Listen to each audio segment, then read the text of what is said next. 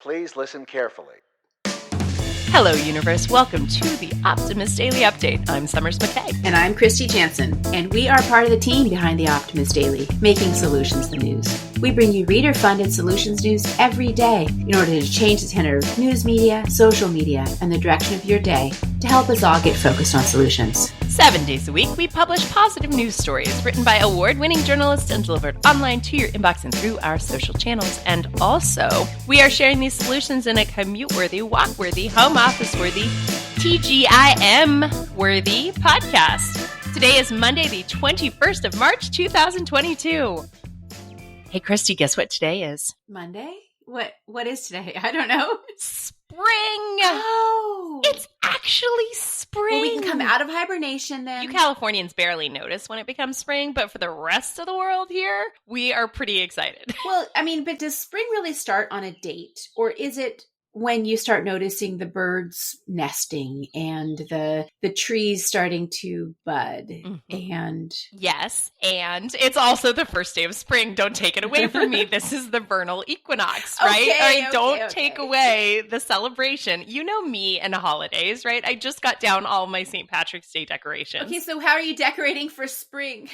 So Easter and spring to me are very Easter, okay. Right, there's that renewal. I love the rituals of Easter. I love the planting and the buds. And of course, I love all the bunny rabbit stuff, right? And, you know, there's long traditions in many religions to celebrate spring. At my daughter's school, we are actually doing a holly festival tomorrow to celebrate spring. I'm going to have to take the afternoon off work because I am helping run the Holly Festival, which is a festival of colors. And that is a springtime tradition about welcoming in, you know, the joys of spring. So it's, you know, every culture celebrates spring. And yes, they do it on a day. But it's not all March 21st. But I'm just very excited for spring. Even though my last month has been a bit unexpected and chaotic, I am feeling very optimistic. And you're right. Over the weekend, I did see that one of the trees in my backyard is starting to bud. And that made me feel good that through this spring and hopefully before the end of spring, we will be back in our family home. So yes. Well, that's exciting. That's a good thing to look forward to. And I think that is the whole point of spring, kind of looking forward. You spring forward. By the way, did you notice that the U.S. Senate voted to do away with changing back to standard time? So what makes it law? What are the next steps for it to be law? Does it have to go through the House? Well, then the House has to go through it. And apparently this was something tried back in the 70s and people really didn't like it because it made mornings in the winter very, very dark until like 9 o'clock in the morning in some parts of the country. And people, they didn't like that. And specifically here in Texas, that will do that. So I don't know how you feel, but I actually like waking up when it's dark. And I like that sort of dark morning. And I love the light evenings. Being awake for the sunrise. I would prefer if we stayed in daylight saving time the entire year. But that's just me. I just don't want to keep changing. I know. This whole changing here and there thing is just unnecessary. Change is hard. Well, speaking of changing perceptions, changing ideas, I'm going to launch into my story. Sounds good. What do you want to talk about today? My headline reads, "Can video games treat health conditions?" This startup thinks so. Video games tend to have a pretty bad rap as breeding addiction and encouraging people to waste time, hours and hours on FIFA. However, gamification has proven a handy tool in things like conservation, humanitarian initiatives, and in combating climate change. Video games may also become a rising star in another arena, health. I am screen time averse because I do see it as being very addictive, but coming into mothering a young person, right? A teeny tiny person versus the elementary school kids that I first started parenting with, I've come to learn that actually there's a lot of benefit of screen time. And used properly, it really does seem to increase their engagement, their learning. My daughter at 2.5 already knows how to spell her name, can identify letters. And I attribute a lot of that to working with her in screen time. Co-founders Mike Wilson and Ryan Douglas have created a new company called Deepwell Digital Therapeutics. It is a tech med startup that plans to make video games that are both entertaining and helpful in terms of providing treatment for an array of health issues, starting with mental health, which, as we know through the pandemic and any parent knows is the fastest growing area of concern among children and teens. Douglas is quoted in Fast Company as saying, "Mental health is where we intend to focus and one of the many underserved areas of healthcare where video games can have a major impact." I have a friend who got really into video game over the pandemic, but in the game, as you got to the next levels, you realize that what you're actually fighting against is your own inner demons. It's actually this really interesting, intellectually stimulating game that is all about breaking through your personal boundaries. And in the end, you realize that there's different characters that which really are stand-ins for negative parental figures or your inner child who's really suffering. I'm going to try to find the name of that game, but I think this is an interesting process. And yes, video games can certainly lead to alienation and, digital addictions and other things, but they can also really be an avenue in towards self-exploration and self-development. And so tell me more about it. Well, what happens is that video games can actually open people up to think and act in different ways through, as you just said, self-actualization, biofeedback agency, and role play, which can accelerate learning of new skills through increased neuroplasticity. Video games are sort of harshly judged, but games that are legitimately fun can actually advance healing. Now, using video games for health isn't exactly a new concept, right? Researchers have seen the health potential of games for years now and have consistently promoted their use in that way. In 2015, McGill University in Montreal and Ubisoft collaborated to create a game designed to help people with amblyopia, which is also known as lazy eye. This game, Dig Rush, can be accessed by people through a prescription and is using different contrast levels of red and blue in a specialized pair of glasses to help heal lazy eye. So it trains both eyes at the same time? Exactly. There's studies out of Germany that found games, specifically story-based games, benefit people with autism by satisfying a need for socialization. I also have a lot of respect for the gamification in healing neurodamage, right? So in brain disease, gamification and repetition, even something like Wordle, can actually help you heal and rebuild neural pathways when you have lost access to them through a brain injury. What I love about Deepwell is this company actually has a new business model, which is offering a tool set and incentivizing developers, not just their own internal developers, but aspiring developers and those who are working on other games to leverage the tool sets and identify ways that their games could be used for health practices. Also, if other developers are able to identify and create new games, Deepwell will help them develop it as well as promote games integrating their technology. I think it's just a really cool business model, right? It's not exactly open source in the sense, but it is open source ideas that it is incentivizing the advancement of an entire industry. Some games are just for fun, but some games can also be for fun and for health. I think this is really interesting.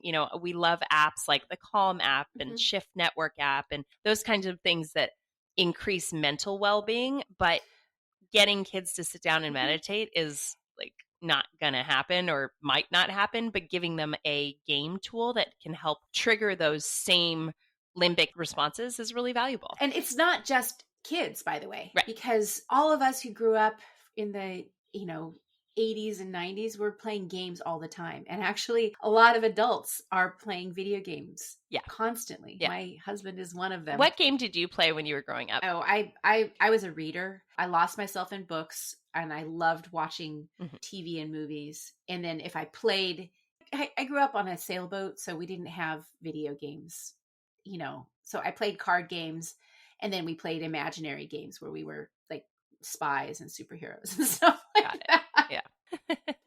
We had an old school Nintendo in our house growing up, which I still actually have, my original Super Mario Brothers, and my big brother and I played, but not a ton. I was never a huge gaming person, but with our collective addiction to Wordle here at the Optimist Daily, I am turning the corner on loving games.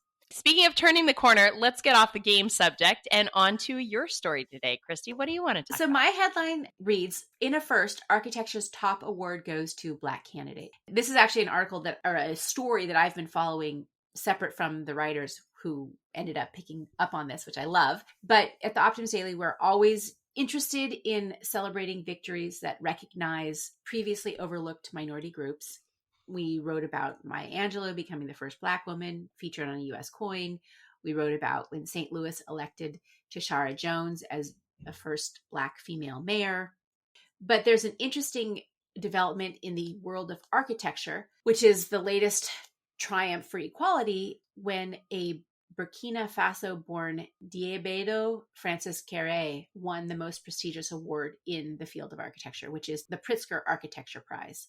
He is the first Black person to ever win this award, and his sustainable and innovative designs are really interesting. And to me, it's a shift. I was looking at all 25 of them, what they consider the most influential architects in the post-World War II era. And he's on this list, and he's the one who actually won this prize. What is different about Kéré's work is it really is located in place, and it's really located in purpose in a way which I find really interesting. So the Pritzker Prize is a prize that honors a living architect or architects whose talent, vision, and commitment to their craft are best demonstrated in their built work, which also shows like a consistent and significant contribution to humanity and the environment. It is the top prize in architecture. It's been offered since, I think, 1978. I'll look that up. And the winner of the prize gets that $100,000, but also worldwide acknowledgement.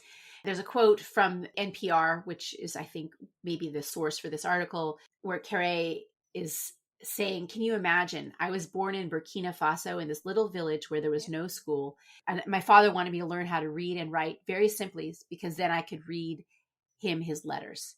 That was why he went to school. It was a very practical use. It wasn't like to go off and become a doctor or earn lots of money. It was just because the father needed somebody in the family to read him his letters. His work, and the work that got the most acknowledgement, was a Gondo Primary School and the Naba Belém Gouma Secondary School in Burkina Faso, where he drew inspiration from traditional building materials such as concrete mixed with clay, and then emphasized shade and ventilation in order to create an oasis for the students. Because when he was a kid in Burkina Faso, the classrooms would sometimes get over 100 degrees inside. And they were also dark. There was not even sunlight coming through. They were basically little ovens that was partly driven by how they were built without being mindful to the realities of where they were in the world in terms of being close to the equator, in terms of the temperatures outside. They were just these big concrete boxes, which seemed to make a lot of sense. That's how you build a building, right?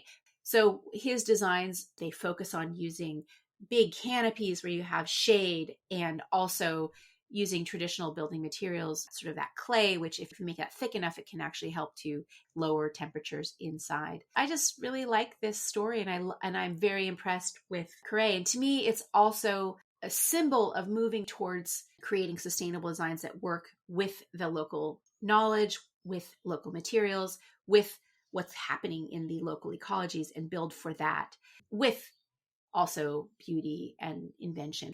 Because Kéré's sustainable designs are ones that improve the lives and the experience of the people he's building for. You and I are both very passionate about our subjects today. I think we're both having some super inspired springtime energy.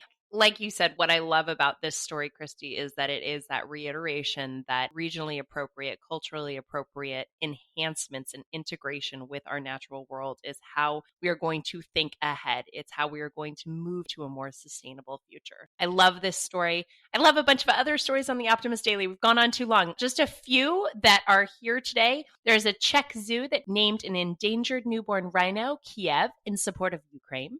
These glasses use AI to tell blind users what they're looking at. Cracking the case of unbelievably hot hydrogen in galaxies. And feeling fatigued, these lifestyle changes will bring you new energy. There are several more stories today that are new on the Optimist Daily. There are thousands of stories that are evergreen and worth reading. Thank you, everyone, for listening to us on today's Optimist Daily Update. We promise to cover the current events with accuracy, legitimate sources, and offer you the information needed most to chart new paths for all of us. And if you haven't already, please consider becoming an emissary on theoptimistdaily.com. And starting at just $5 a month, you can help support reader-funded independent journalism. If you don't have the means right now, consider sharing us through your emails, through your social media, or giving us a review on whatever podcast platform you're listening to right now to help us, find new ears and find new audience. We want to help shift the world and get everybody thinking with solutions, because that kind of solution-changing consciousness that addresses our world's biggest challenges, the problem-solving mindset, is how we're going to make this world work better for more people. We need your help in keeping the Optimist Daily free for all who need it, supported by those of us who can. So thanks, everybody. We'll be back tomorrow with more solutions.